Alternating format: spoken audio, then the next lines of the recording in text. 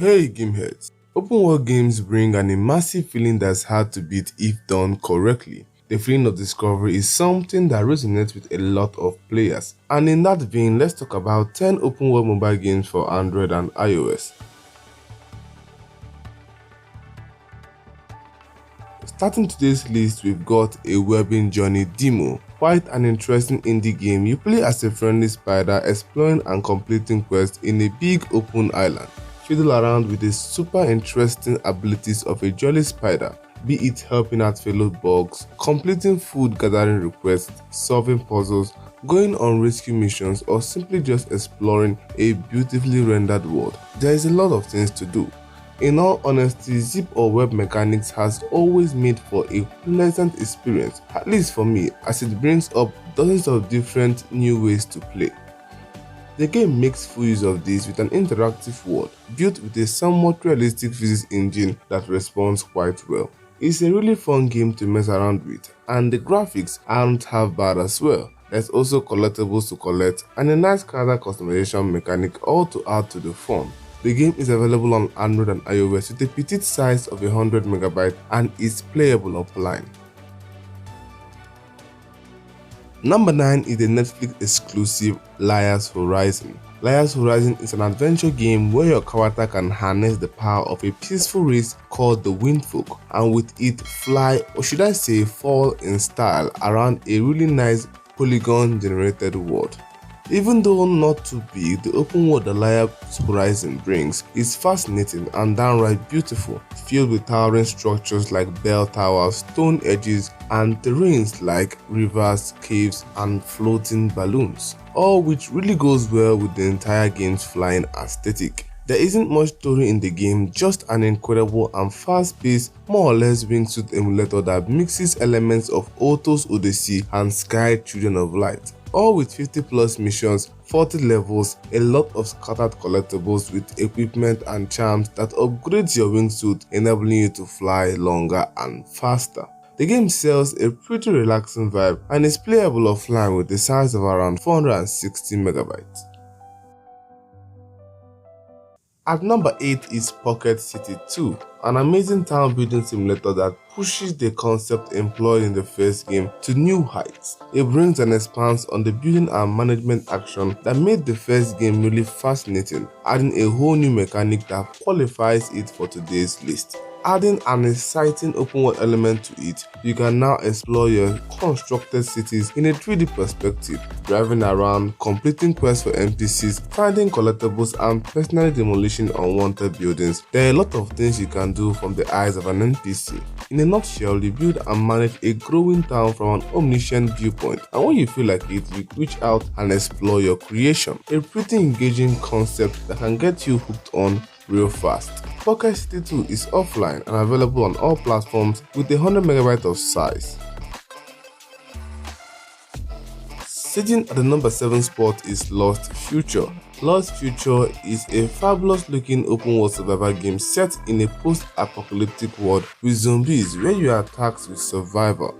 Yep, it's a pretty interesting and similar premise. But the really interesting thing about the overall experience is the striking similarities the game bears with the Last of Us series in terms of movement and the incredible combat, which is very good and satisfying. The game also brings incredible console graphics and a huge open world map, allowing you to explore, gather essential resources, craft better gear, and all the whatnots. It's a really good survival game with a few bugs and is only available on the iOS at the moment, with Android release sometime in the future. And with the graphical powerhouse that it produces, it needs quite a good phone to play. Lost Future is online and with a big intimidating size of 2 GB.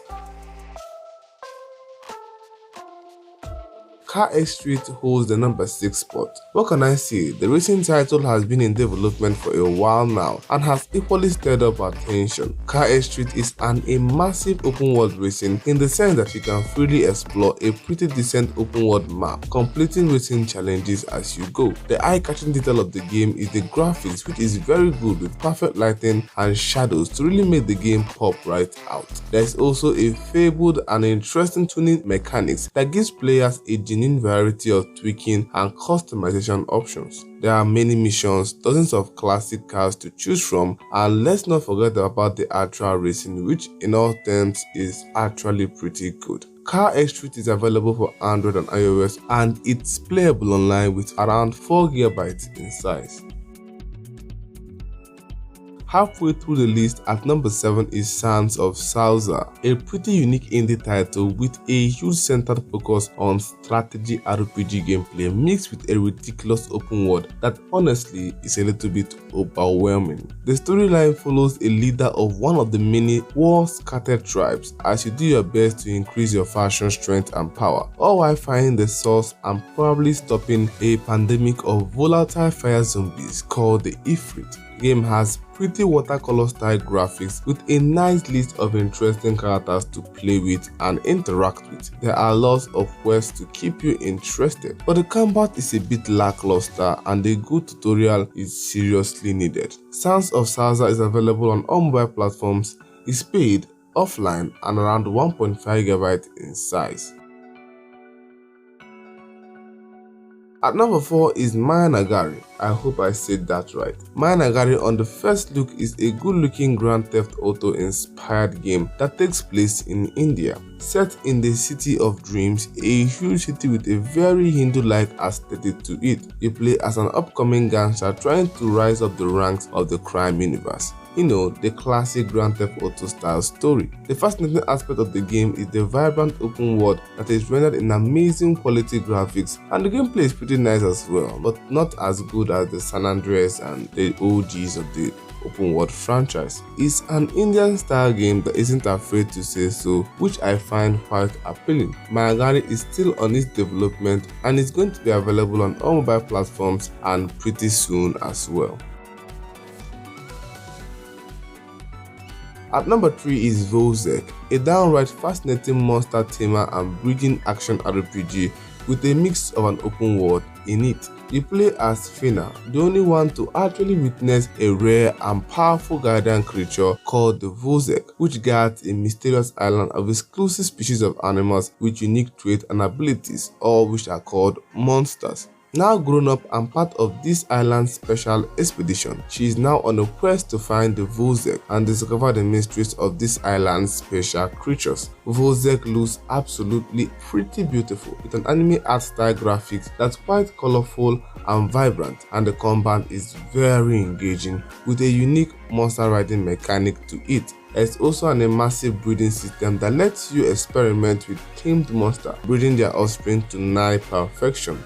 The open world aesthetic is really well done, with polished combat that has a really deep system of riders and weapons. It's a vibrant game with a very much Genshin Impact vibe and Zelda appeal to it. VOLZERK is available on all platforms, it's free online, and is around 700MB in size, so go check it out if you're interested.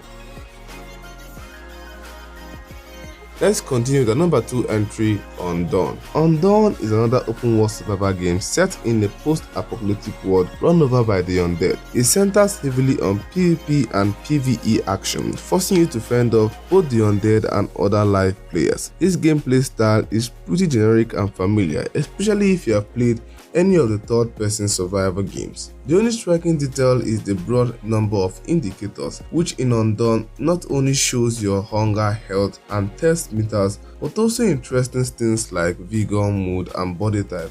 The graphics and environment are rendered in top-notch quality, with realism being the major concern. The open world is huge and diverse, with environmental factors like rain, snow, storms, and lot more, which also directly affects your character. The combat is also pretty general for a third-person shooter, and I'm not complaining at all. The 4GB online game is still on its beta stage mode, scheduled to be released sometime this year. At the number 1 spot is the pretty intense monster hunter for mobile, Yeager. Set in the beautiful and dangerous planet Akos, you play as one of the elite Vedarian hunters as you navigate the fantasy environment, looking for larger-than-life monsters to engage in glorious battle with. The game's graphics is really good, and the open world is quite big and colorful, but the main focus of Yeager or any other Monster Hunter title really is the combat, of which the game really focuses and does not disappoint in. Choose from 5 powerful weapon classes, each having signature moves and special combos, all which you get to learn and master. Hunt monsters for special materials which you use to forge better weapons and equipment, and you can also infuse them into your body to gain unique abilities of the creatures that you defeated and got the materials from. There are also artifacts, a weapon school, and more interesting concepts and mechanics to figure out yourself. Yeager is a great and beautiful game that's playable online in all mobile platforms, and with a huge size of 7GB, it requires quite the powerhouse of a phone to really enjoy.